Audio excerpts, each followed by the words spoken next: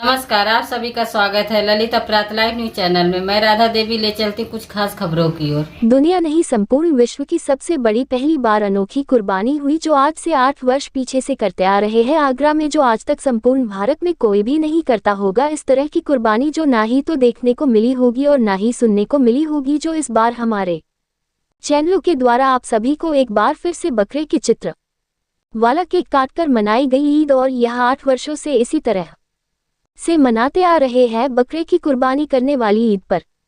वह है उत्तर प्रदेश जिला आगरा क्षेत्र शाहगंज के अजम पाड़ा निवासी, जिनको लोग गुल चमन शेरवानी के नाम से लोग प्रिय है। और गुल चमन शेरवानी ने बकरे के चित्र वाला केक काटकर अनोखी कुर्बानी करते हुए जीव हत्या को रोके जाने का संदेश दिया है, जो 8 वर्ष पूर्व से करते आ रहे है गुल चमन शेरवानी। जो इस तरह से हृदय परिवर्तन हुआ, वह एक छोटे से बकरे के बच्चे को रोड पर से लेकर आए थे, जहां पर इस बच्चे की मां की मृत्यु हो गई थी, एक्सीडेंट में मर चुकी थी, और यह बच्चा बकरा था। तो लोग बाग हमदर्दी तो दिखा रहे थे, पर लोगों के घरों पर बकरियां नहीं होने के चलते कोई भी ले जाने की हिम्मत नहीं कर सके। तभी उसी समय पर गुल चमन शेरवानी जी आए और सारे लोगों की बातें सुनी और उस अनाथ वे सहारा बकरी के बच्चे को पालने की बात की सभी लोगों से। तो वह लोग बोले कि आपके घर पर अगर बकरियां है तो ही ले जाना, वरना नहीं ले जाना, क्योंकि अकेला रहेगा बच्चा तो मर जाएगा। तब शेरवानी ने बोला कि हाँ, हमारे परिवार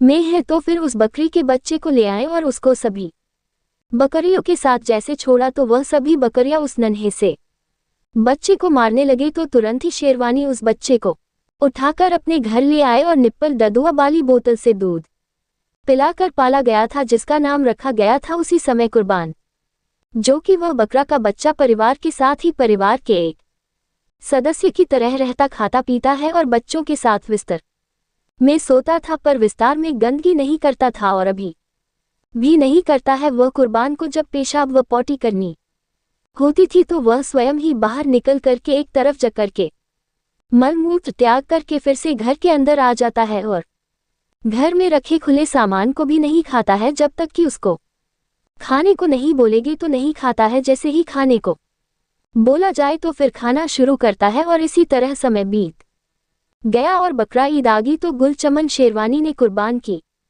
कुर्बानी देने की हिम्मत की पहली बार ईद आने पर। तब बच्चों ने बोला कि अगर कुर्बान की कुर्बानी दी गई तो हम लोग भी आत्महत्या कर लेंगे। तब फिर कुर्बान की कुर्बानी नहीं दी गई, जबकि यह गुल चमन शेरवानी मांस मदिरा का सेवन नहीं करते हैं पूरा परिवार, क्योंकि यह वैसे भी शेरवानी परिवार शुद्ध शाकाहारी है। तो सवाल ही नहीं उठता है कुर्बानी देने का। फिर भी उन्होंने बीच का रास्ता निकाला और कहा कि किसी मदरसे में जहां अनाथ बच्चे पढ़ते हैं वही कुर्बानी करने का इरादा बनाया। लेकिन शेरवानी के पुत्र गुलवतन शेरवानी तथा पुत्री गुलसनम शेरवानी ने बकरे कुर्बान की कुर्बानी करने से साफ मना कर दिया। बच्चों का कहना था कि अगर कुर्बान की कुर्बानी हुई तो वह अपनी जानें देंगे। ऐसे में शेरवानी परिवार ने कुर्बानी करने का इरादा बदला और उसी समय से ही बकरे के चित्र वाला केक लाकर कुर्बानी की। उसके बाद से ही शेरवानी अपने परिवार के साथ हर वर्ष बकरे के चित्र वाला केक लाकर कुर्बानी करते हुए जीव हत्या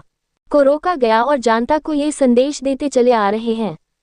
और शेरवानी परिवार का कहना है कि अधिकतर लोग कुर्बानी के नाम पर अपनी दौलत की नुमाइश करते हुए अपने दागदार जीवन का किरदार बदलना चाहते हैं और साफ सुथरे दामन को लोग सामने पेश करते हैं, जबकि दिखावा करने वालों के दामनों में तमाम दाग हैं और वही लोग बेदाग बकरा की तलाश करते हैं कुर्बानी देने के लिए। और जो कुर्बानी के नाम पर हत्या कर देते हैं वह लोग, और जिस तरह कुर्बानी के लिए बेदाग जानवर तलाशा जाता है, इस तरह खुद का किरदार भी बेदाग होना चाहिए, तब तो तारीफ है। पर नहीं, वह लोगों के दामनों में कई दाग होते हैं, जैसे जुआ, शराब, अयाशी करने वाले भाई बहनों का हक खाने व मारने वाले व गरीबों एवं जरूरतमंद लोगों को रुपया देकर के ब्याज वसूली करते हैं, और उन्हीं लोगों की औरतों व लड़कियों के साथ अयाशी करते हैं और अपने आपको साफ सुथरा बताते हैं वह लोग जो खुदा की आंखों में धूल झोंकने का काम कर रहे हैं। पर ऐसा नहीं हो सकता है, क्योंकि जो हम और आप सभी लोगों के वह माँ बाप का काम कर रहे हैं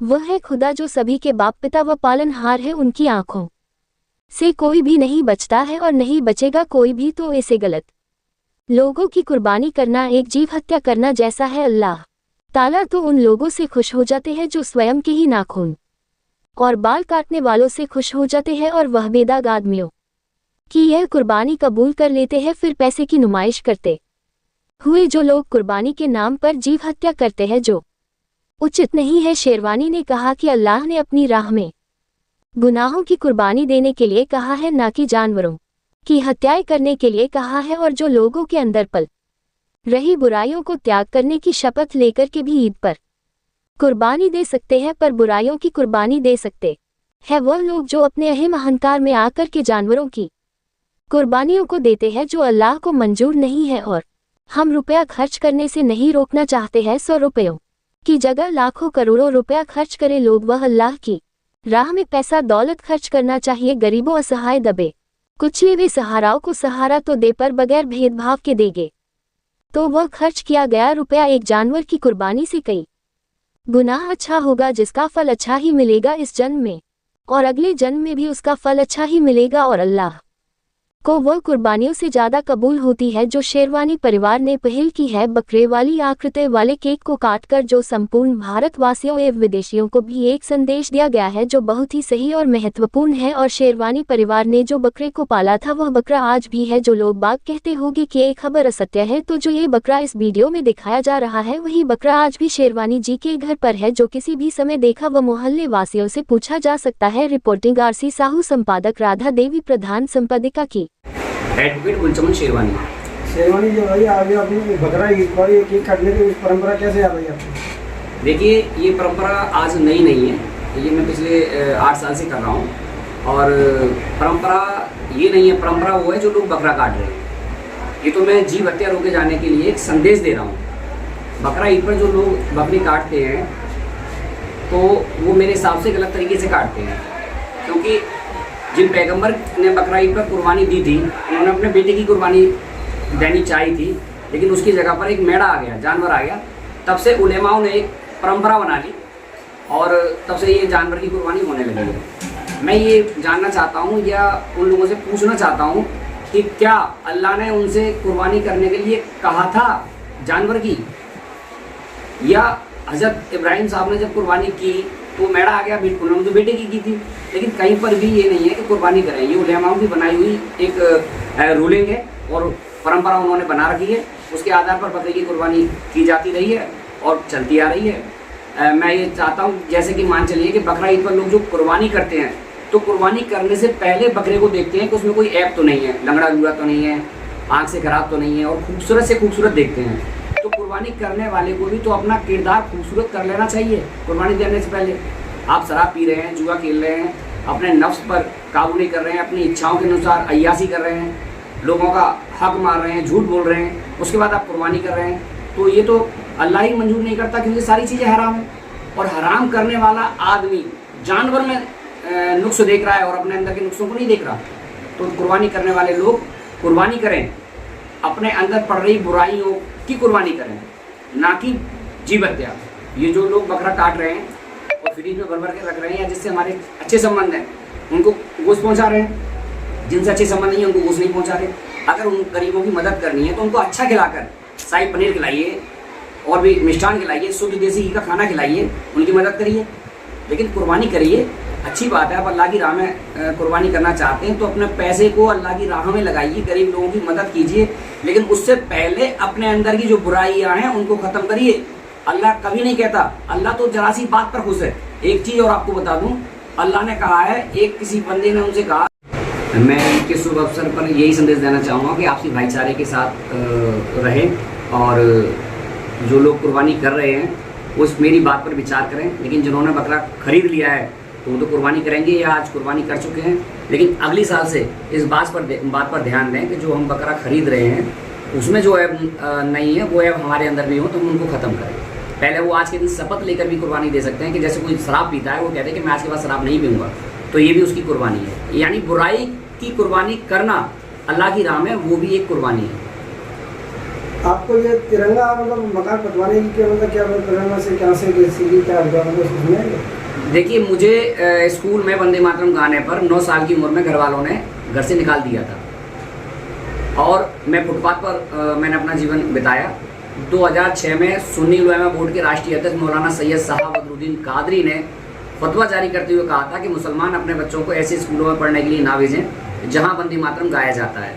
मैंने लोगों को समझाने की कोशिश की कि सुप्रीम कोर्ट की गाइडलाइन है कि वंदे मातरम का विरोध ना करें और कोई किसी से जबरन वंदे मातरम नहीं कहलवा सकता। अगर आप इस देश के अपने आप को मान के चलते हैं कि ये देश हमारा है और इस देश के लिए हमारे बुजुर्गों ने कुर्बानी दी है तो वंदे मातरम कहें। अगर नहीं भी कहना चाहते हैं तो ना कहें, लेकिन विरोध ना करें। ये ना कहें कि मैं वंदे मातरम नहीं कहूँगा। उस मामले को लेकर काफ़ी हाईलाइट मामला हुआ था और मुझे मौलानाओं ने मजहब से खारिज कर दिया था। उसके बाद मेरी शादी भी टूट गई थी। तब मैंने 14 अगस्त 2006 से दीवानी चौराहे पर वंदे मातरम का विरोध करने वाले मौलानाओं पर राष्ट्रद्रोह का मुकदमा दर्ज कराने की मांग करते हुए भूख हड़ताल की थी। उस समय मुझे मेरे जो है विश्व के तमाम मुस्लिम देशों में मेरे पुतले फूके गए थे, मुझे काफिर करार दिया गया था और मेरे जो पिताजी हैं उन्होंने लिखित में मुझे जायज से बेदखल कर दिया था। उस समय मेरी शादी जब टूटी थी तो मैंने शपथ ली थी कि जब तक वंदे मातरम के विरुद्ध फतवा जारी करने वाले मौलानों पर कार्रवाई नहीं होगी मैं अन्य ग्रहण नहीं करूँगा। आज 19 बरस हो चुके हैं और मैंने अन्य ग्रहण नहीं किया है। उसी समय मैंने शपथ भी ली थी कि अगर मेरी शादी होगी तो वंदे मातरम की धुन पर करूँगा, हाथ में तिरंगा झंडा लेकर करूँगा। 21 अप्रैल 2007 में मेरी शादी हुई थी, जो कि विश्व की अनोखी शादी मानी गई थी, विश्व की ऐतिहासिक शादी मानी गई थी। वंदे मातरम की धुन पर, बैंड की धुन पर वंदे मातरम था और मेरे हाथ में तिरंगा था। उसके बाद शादी के बाद जब मैंने ये मकान खरीदा तो मैंने इसका नाम भी तिरंगा मंजिल रखा है और घर की दीवारें दरवाजे सब तिरंगे हैं। घर का नाम ही तिरंगा मंजिल है। तो जवाब ये मिला कि नहीं, दूध वाली बकरी की कुर्बानी नहीं करनी है। अगर तुम्हारे पास बकरा नहीं है और जानवर नहीं है तो आप केवल अपने बाल और नाखून काट लेना उस दिन जिस दिन कुर्बानी होती है। तो अल्लाह जब जरा सी बात पर, छोटी सी चीज़ पर खुश हो सकता है तो ज़रूरी क्या है इतना सब कुछ करने के लिए। लेकिन उससे पहले लोगों को खुद सुधरना चाहिए, बहन भाइयों का हक नहीं मानना चाहिए। आज लोग कुर्बानी नहीं कर रहे, अपने पैसे की नुमाइश कर रहे हैं। ये नुमाइश बंद होनी चाहिए।